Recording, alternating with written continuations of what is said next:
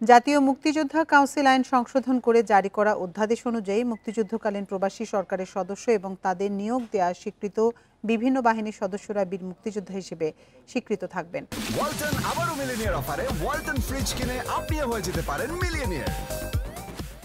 মঙ্গলবার রাতে বীর মুক্তিযোদ্ধার সংজ্ঞায় পরিবর্তন এনে অধ্যাদেশ জারি করে অন্তর্বর্তী সরকারের আইন, বিচার ও সংসদ বিষয়ক মন্ত্রণালয়।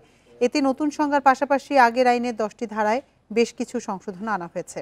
আগের আইনের প্রস্তাবনার সাথে জাতির পিতা বঙ্গবন্ধু শেখ মুজিবুর রহমান শব্দগুলো বাদ দেওয়া হয়েছে। সংশোধিত অধ্যাদেশ অনুযায়ী 1971 সালে স্বাধীনতা যুদ্ধে সরাসরি যুদ্ধে অংশ নেয়া যোদ্ধাদের চিকিৎসায় যুক্ত এবং নির্যাতিত নারীরা বীর মুক্তিযোদ্ধা হিসেবে গণ্য হবেন। এর বাইরে স্বাধীন বাংলা বেতার কেন্দ্র সহ মুক্তিযুদ্ধের পক্ষে যারা দেশে বিদেশে গুরুত্বপূর্ণ ভূমিকা রেখেছেন তাদেরকে মুক্তিযুদ্ধের সহযোগী সম্মান দেয়া হবে।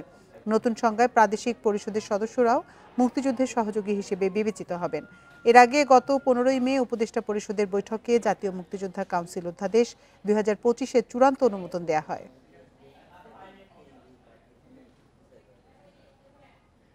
প্রবাসী বাংলাদেশ সরকার উইদিন ব্র্যাকেট মুজিবনগর সরকার ও উক্ত সরকার কর্তৃক স্বীকৃত, শুধু মুক্তিযুদ্ধ সরকার নয়, এই সরকার দ্বারাই স্বীকৃত অন্যান্য বাহিনী, নৌ কমান্ডো, কিলিও ফোর্স, আনসার সদস্য এবং বাংলাদেশের নিম্নবর্ণিত নাগরিকরাও বীর মুক্তিযোদ্ধা হিসেবে অন্তর্ভুক্ত হবেন।